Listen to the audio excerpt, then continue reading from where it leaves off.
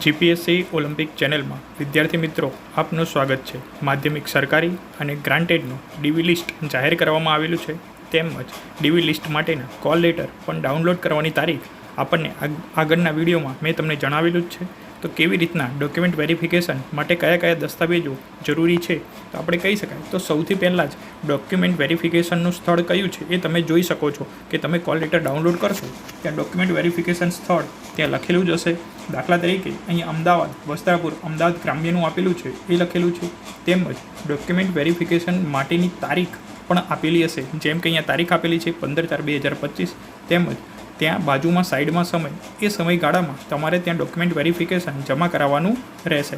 તો document verification માટે કયા કયા ઝેરોક્સ કે ઓરિજિનલ ડોક્યુમેન્ટ જોઈશે તો 2 સ્વપ્રમાણિત નકલ સાથે ઉપસ્થિત રહી ફરજિયાત ડોક્યુમેન્ટ વેરિફિકેશન કરાવી લેવાનું રહેશે। એટલે કે તમારે 2 સેટ જોઈશે। જો તમારું નામ બંનેમાં હશે, જો સરકારીમાં હશે તો સરકારીમાં પણ 2 સેટ જોશે અને ગ્રાન્ટેડમાં હશે તો ગ્રાન્ટેડમાં પણ 2 સેટ જોશે, એટલે કે 2 સેટ જોશે। તેમજ ઓરિજિનલ ડોક્યુમેન્ટ પણ તમારે લઈ જવાના રહેશે। તો એની સાથે આપણે ડોક્યુમેન્ટની વાત કરીએ તો પ્રથમ ડોક્યુમેન્ટ છે ઉમેદવારનું નામ, અટકમાં ફેરફાર હોય તો સોગંદનામું, સરકારી ગેજેટમાં નકલ, નામમાં મોટો તફાવત હોય તેવા કિસ્સામાં પરિણીત મહિલા ઉમેદવાર માટે લગ્ન નોંધણી પ્રમાણપત્ર। જો નામમાં ભૂલ હોય કે નામમાં વધારે પડતો તફાવત હોય તો તમારે આ બધું સોગંદનામું ને એવું બધું કરાવવાનું રહેશે, બાકી કોઈ કરાવવાનું રહેતું નથી। તો સૌથી એના પછીનું ડોક્યુમેન્ટ જન્મ તારીખના પુરાવા માટે શાળા છોડ્યાનું પ્રમાણપત્ર, એટલે કે ધોરણ 10નું આપણે એલસીની જરૂર પડશે, તેમજ એ ના હોય તો ધોરણ 10નું ક્રેડિટ સર્ટી જોઈશે, બરાબર। તો એલસી તો દરેક વિદ્યાર્થી પાસે હોય જ, બરાબર। તો જન્મ તારીખના પુરાવા માટે એલસી જોશે, તેમજ ઉમેદવારનું આધાર કાર્ડ, તો તમારી પાસેનું જે આધાર કાર્ડ છે એ ઉમેદવારનું આધાર કાર્ડ, તેમજ એની માતાનું આધાર કાર્ડ, તો માતાના નામની ખરાઈ માટે, એટલે માતાનું આધાર કાર્ડ ન હોય તો એના સિવાય એમાં જન્મના દાખલામાં આપણે માતાનું નામ હોય, પાસપોર્ટ, શાળા છોડ્યાના પ્રમાણપત્રમાં રેશન કાર્ડ માતાના નામની ઓળખ થતી હોય, એટલે કે માતાનું નામ કોઈ પણ ડોક્યુમેન્ટમાં હોય એવું કોઈ પણ ડોક્યુમેન્ટ ચાલશે।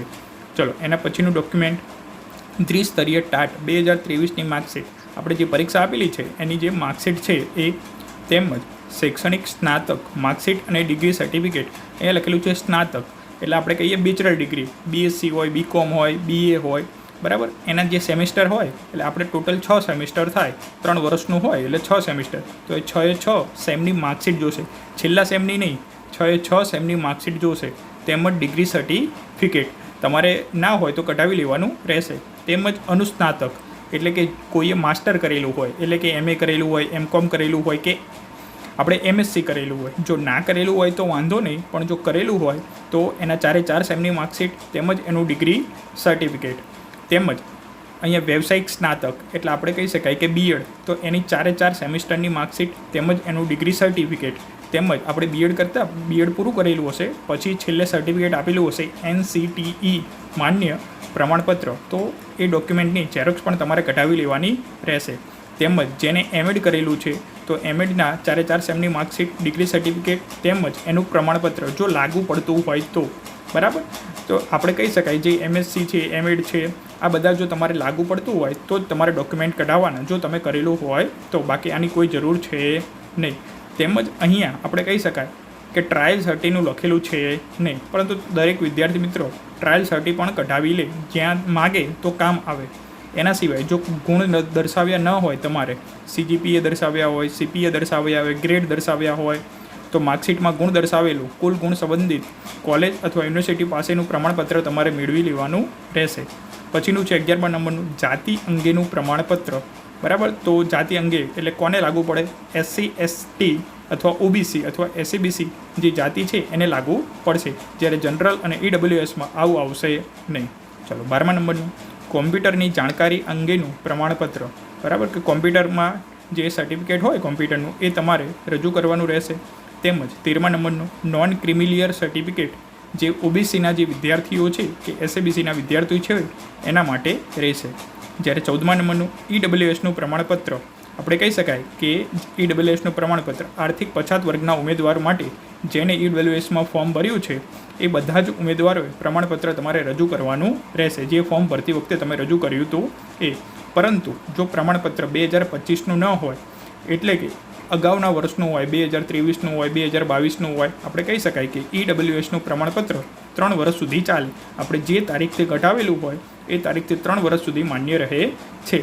તો આપણે અગાઉના વર્ષનું હોય તો આપણે આવક મર્યાદા જે લખેલી હોય એ, તો આવક મર્યાદા બદલાયેલ નથી તેવું કબૂલાતનામું આપણે રજૂ કરવાનું રહેશે. EWSમાં 8 લાખની જે આવક મર્યાદા છે, તમારી આવક મર્યાદા 1 લાખ છે અને બદલાઈને 2 લાખ થઈ હોય તો પણ કોઈ વાંધો છે નહીં. પણ આપણે આ EWSના સર્ટિફિકેટ અંગેનું જે આપણે વેબસાઇટ છે, બરાબર, GCERTC, એના ઉપરથી આપણે કઢાવી લેવાનું અને કબૂલાતનામું લખવાનું રહેશે કે અમારી આવક મર્યાદામાં કોઈ પણ પ્રકારનો વધારો થયો નથી. એવું કબૂલાતનામુંની જે નકલ છે એ કઢાવી લેવાની રહેશે. તેમજ 16મા નંબરનું શારીરિક અશક્તતા અંગેનું પ્રમાણપત્ર, જો જેને લાગુ પડતું હોય એટલે PH કેન્ડિડેટ માટેની વાત કરેલી છે. પછી 17મા નંબરનું વિધવા હોવા અંગેનું સક્ષમ સત્તાધિકારીનું પ્રમાણપત્ર પુનઃલગ્ન કરેલ નથી તે મુજબનું સોગંદનામું 100 રૂપિયાના સ્ટેમ્પ પેપર ઉપર નોટરી સમક્ષ કરાવી રજૂ કરવાનું રહેશે. બરાબર, તો વિધવા ઉમેદવાર માટેની વાત કરેલી છે. તેમજ 18માં માજી સૈનિક તરીકેનું ઓળખપાત્ર તેમજ ડિસ્ચાર્જ સર્ટિફિકેટ લાગુ પડતું હોય તો, બરાબર, તો માજી સૈનિક માટેની વાત કરેલી છે. તેમજ 19, 20, 21, આ 19, 20માં એવી વાત કરેલી છે કે તમે સરકારી અથવા ગ્રાન્ટેડ શાળામાં ફરજ બજાવતા હોય તો NOC રજૂ કરવાનું રહેશે.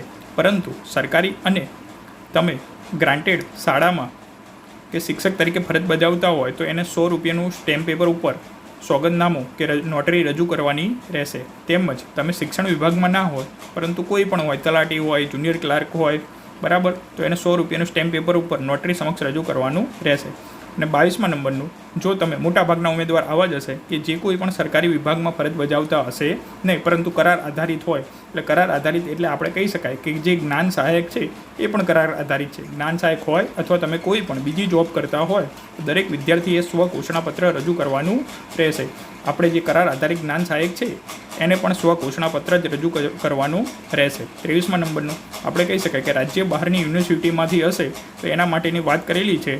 તમે વાંચી લેજો, ABCDEFG H આ સુધીનું આપેલું છે. તો તમે જે બહારની યુનિવર્સિટીમાંથી હોય તો તમે આ બધું લાગુ પડશે તમને, બરાબર. પછી 24-25 આપેલું છે, બરાબર, તો NCT માન્ય કોલેજમાંથી લાયકાતો મેળવેલી હોય એની આપેલું છે. પછી ક્રિમિનલ EWS વિધવા પ્રમાણપત્ર પુરાવા સરકાર સિગ્નેટ, બરાબર, જે ઠરાવ કરેલો હોય એ રીતના હોવા જોઈએ. તેમજ ઉમેદવારો પોતે કોઈ વિસંગત જણાય તો લેખિતમાં રજૂઆત વેરિફિકેશન ખાતે આપવાની રહેશે. બરાબર, તો આ બધા જ ડોક્યુમેન્ટ લઈને તમારે ડોક્યુમેન્ટ સેન્ટર ઉપર જે ટાઈમ આપેલો છે એ ટાઈમ પહેલાં પહોંચવાનું રહેશે. બરાબર, તો આ બધા જ ડોક્યુમેન્ટ વિદ્યાર્થી મિત્રો તૈયાર રાખજો.